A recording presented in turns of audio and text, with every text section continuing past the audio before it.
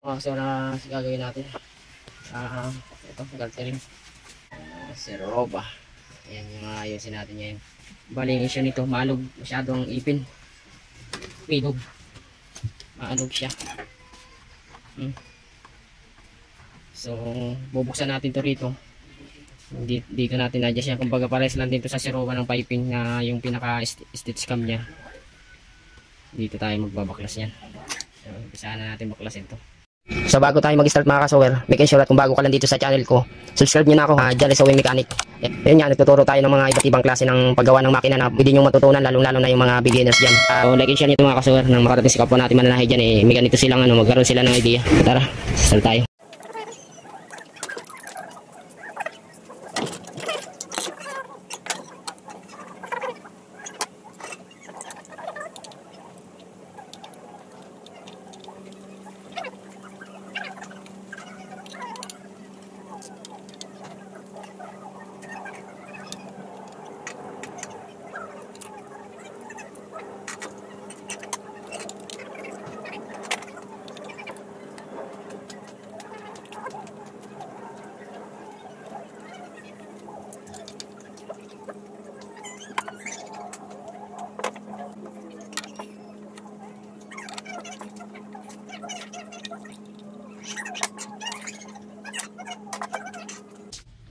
Bali nabuksan na natin yan ng loob yan.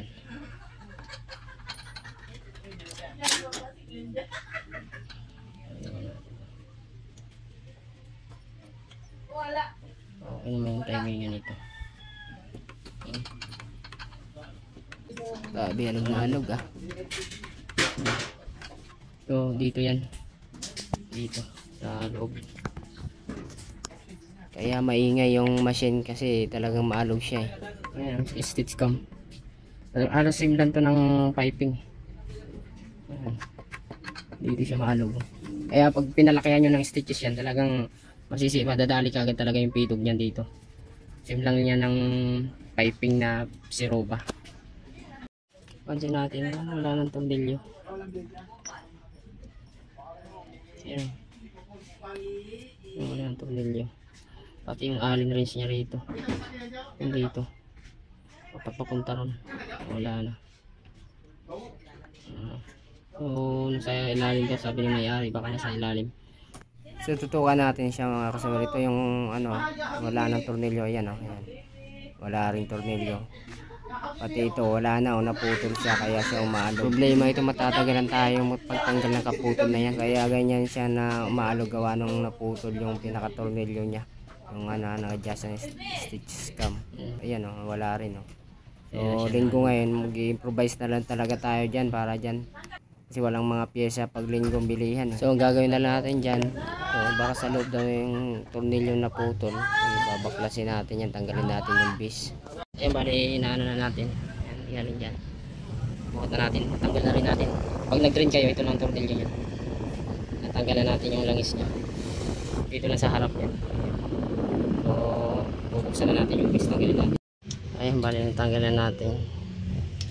Ayan, apat yan, apat. Pati dito. Diyan. Baklas na yan. Nakita natin. Ayan. Nakita dyan. Wala yung pinakamalaking tornilyo na pang-lock dyan. So, bali, wala naman tayo nakita dun tornilyo. Kaya balik na lang natin tong apat na to. So, ayan, bali, pinalik na muna natin lahat. Pinalik natin kasi nga isa lang ang tornilyo na nakuha natin. Dito naman tayo ngayon. Nag-ano na lang tayo. Provide ng tornilyo. Lagay natin. Ayan siya mga kasama. Natanggal na natin. Natanggal na natin. Natanggal na natin siya. Ito. Puti na lang natanggal natin. Ayan yung pinaka-lock talaga niya. Para malak natin siya rito. Kung sakaling gusto natin palakihan yung stitches, malalak natin siya dyan. Dalawa kasi yung purpose dito. Kung sakaling luluwagan mo siya rito, ito lang medyo iikot kabila. Tapos lalak mo siya dito sa taas. Kasi alin to na yan. Yan yung purpose niya ng lock niya rito. Katulad yan sa mga 5 threads na jockey, yung mga ganyan. Kailangan mo muna luwagan dito bago lalaki yung stitches. Pero nakalock na siya rito sa taas. Kaya nga binuksan natin to para makita natin yung kaputol niya, pati yung isang tornilyo, pero wala tayong nakita. Buti na lang natanggal din natin. Mag-DIY na lang ulit tayo nito. Anong ilalagay natin. So ito nang ginawa namin mga kasoro. So bali nag-DIY na lang kami. So ito talaga, dahil walang piyesa kami makuha dahil linggo ngayon, pansamantala talaga itong ginawa namin. Pero huwag yun natin gayahin to. Baka may mag-comment dyan na. Ito pansamantala lang talaga kasi nga itong ginawa lang namin ng paraan nito para hindi siya umalog yung ngipin. Ayan, itong ngipin niya rito. Wala na yung alog na yan. Dahil nagawa dun sa ito yung naputol. Saan na ba yung frame naputol? Ito yung naputol mismo. Ito yung pinaka ano niya. Ayan, sabi na ng kamay namin. Ito yung pinaka ano niya. Naputol nga lang yung pinakaulo niya. Ayan. Kaya DIY lang namin. Wala nga lang to talaga dito sa gitna. Yung allen wrench niya. Kaya pansamantala lang talaga yung ginagawa namin.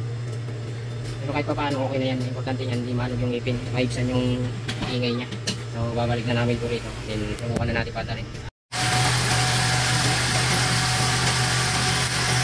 2 minutes yung akin lang yun. Gabi ginabi na kami dito sa ano.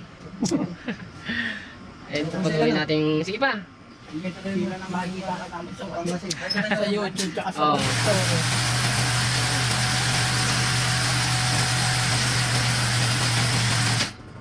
Last pag yung draw, one shot eh.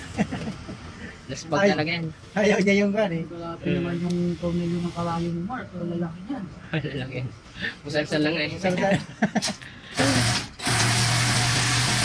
Musal-sal na. Pag ayusan, baka ano. Ba yung tulog kanina. Grabe, pinahirapan talaga kami. Alog yun sa ani. Ang dami. Connected. Ang dami kasi DIY pa lang ginawa namin. Pero yung tornilyo talagang ano. Kasalog kami. Nagbabawasan pa namin yung tornilyo. Dalawang tornilyo yung nawala eh. Lagi naman pala ng tornilyo. Linggo kasi. Oo, wala talaga yung pambili ng pyesa. Ang lak ng kalayo niya. Tama kasi pa. Inabot kami rito ng mga anong oras na pa long na yan. Ginawa kasi namin talaga ano, ginawa namin yung DIY yung dalawang tornilyo na nawala. Binuksan pa namin kasi akala namin nandun sa loob. Wala. Walang tornilyo doon. Kaya DIY kami ng tornilyo. Sana makita nyo kung paano namin ginawa. Na DIY lang kami. Kaya totally, linggo ngayon, kaya di kami nakaano ng mga pyesa. Kaya sana kung makatakbo ba. Pero iba rin kasi yung ano nito. Tingin ko, sa abad lang ito makakawag sa pyesa. Ano ginawa namin? Una, yung ingay niya, tinanggal namin. Tapos yung biglang nagpakton, sinubukan namin na wala nga yung ingay, pero biglang nagpakton. Pagod tayo naman. Tapos yung sinubukan namin panda rin, namamatay na naman, umihinto-hinto siya. Umiinit yung motor, pinalitan na naman namin yung motor. So, talaga, ang dami tumagal. Lalo kami tumagal eh. So muli, shout out dito sa patahiyan nila.